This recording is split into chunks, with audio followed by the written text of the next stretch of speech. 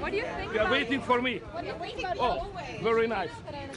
Okay, first the Hungarians, if you don't mind. Amennyiben Brüsszel és a tanács mégis úgy dönt, hogy elkobozzák az orosz vagyont, akkor Magyarország hogyan tudja megőrizni a pénzügyi szuverenitását? Én úgy látom, hogy egy győzelmet arattunk, mert ma délután bejelentette a bizottság elnök azt mondja, hogy meghátrált a bizottság, és az orosz vagyon kérdését asztalra sem teszik. Tehát a tegnap esti háttér tárgyalások azok meg küzdelmek, azok eredményre vezettek, és úgy látom, ha jól értem, amit ma a bizottság elnök asszonya mondott, és azt hiszem, hogy jól értem, azt mondta, hogy az orosz vagyont nem teszik föl a tárgyalóasztalra a holnapi nap során. Úgyhogy egy győzelem már a tarsolyban. Viszont a közös hitelfelvételről beszélt miniszterelnök úr, ezzel kapcsolatban mi a véleménye? Van egy közös hitelfelvételi javaslat az orosz vagyon helyett, az teljesen ellentétes Magyarország érdekeivel. Szó se lehet róla, hogy olyan hitelfelvétel történik, hogy Magyarország vállal a felelősséget olyan hitelért, amit aztán Ukrajnába küldünk, ezt felejtsék el.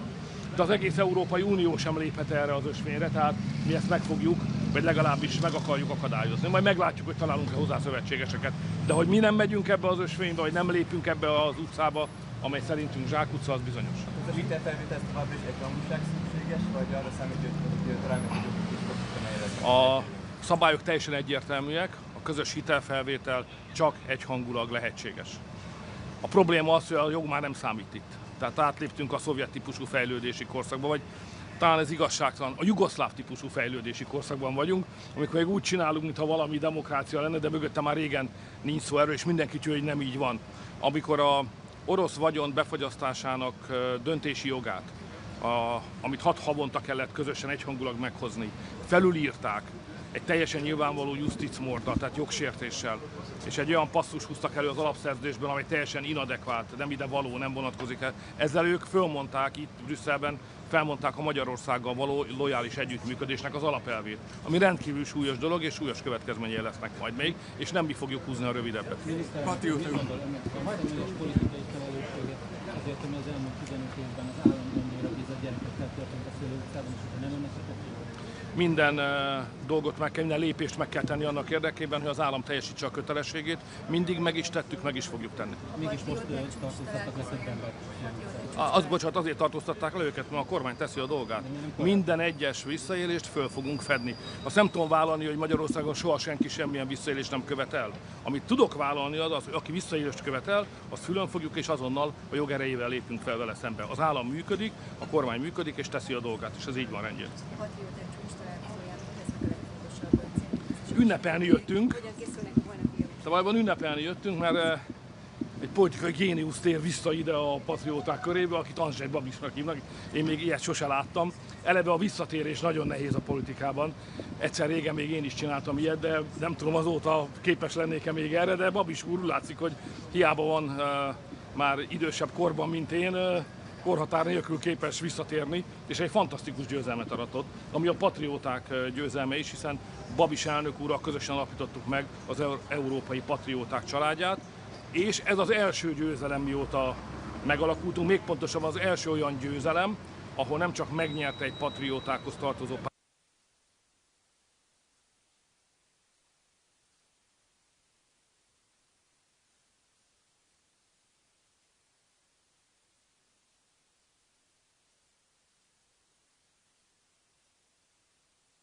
jött. Tehát Babis miniszterelnök úr 2-t ér, úgyhogy megerősödtünk, jó. Nagyon megerősödtünk. Sorry. In English, what are your main worries this summer? Worries. Brussels is a worrying player of the European politics by itself, yeah? So what's going on here is to circumvent the rights of the member states daily. They would like to put forward programs which destroy the European economy, crazy madness, green theories, pro-migration policy, pro-war policy. So Brussels is a symbol of a political danger for a country like we are from Central Europe. So we have to limit the danger to belong to this community. And on Euroclear? Sorry? On Euroclear? On? Euroclear? Euroclear. Euroclear is a Belgian company. They are in danger. if the European Union crazy idea go ahead to confiscate the Russian frozen assets, that would have tremendously bad impacts on Euroclear company. But if I'm informed properly, I have to check the information, but today morning the head of the Commission declared that the frozen asset issue will be not on the table for tomorrow. The difficulty is that there was a regulation previously that to decide about to roll over the frozen asset issue requested unanimous decision every 6 months. But now the leaders, the bureaucrats in here decided that there is no need anymore that kind of procedure and they can do it by majority, which is totally, it's a as we say, justitsmord. It's totally and obviously against the written regulation, which is the basis of the European Union. So the loyal cooperation which is necessary for functioning of European Union is not anymore existing on the side of the Brazilian bureaucrats, and they attacked us. So it's unacceptable. So bad things are going on here. Brussels is a danger. It's not a help. It's not a good thing. Brussels today is a danger. Patriots are here to change it and to make Brussels again a kind of impetus, a new energy, something which is good for the countries who belong to the European Union.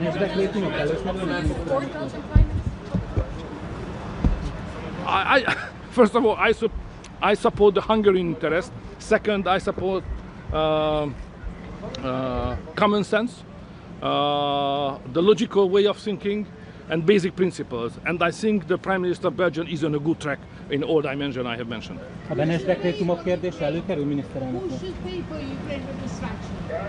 So, there is an illusion which was supported by you anyway, or many of you, in the recent 2 or 3 years. So you created, together with the liberal politicians and Brazilian bureaucrats, that there is a possibility to support a war financially in Ukraine without getting the money out of the pockets of the citizens of the European Union. It was a cheat. You are cheated. I mean, Westerners, you are cheated. In Central Europe, nobody has thought it seriously. We are not stupid. We think that if you would like to finance a war, you have to pay for it. Here, there was an illusion created by the leaders and accepted by you anyway, that it is possible to finance the war and reconstruction in Europe without the money in the pocket of the European citizens, just based on the so-called frozen asset, which is an illusion. You will pay for it. We all will pay. It's a bad strategy, huge mistake, and we all pay for it. And what I'm fighting for, to keep the Hungarians out of that madness and crazy strategy. And I would like to defend the interest of the Hungarians. Don't pay, don't contribute to the sum which the Brazilians would like to send to Ukraine. I strongly oppose to send the money of Hungarians to Ukraine. Is any foreigner who would like to ask? No, I will follow his position. He is not the person who follows somebody. He is a real leader to go on the front line. Sorry? I will just see him soon. The conclusion of the summit will fail to find an agreement on the financing of Ukraine? You know, what I know, what I'm sure about, that there will be no decision which would force Hungary to send the money of the Hungarians to Ukraine. What the others will decide about is their job, but not the Hungarians. Sorry.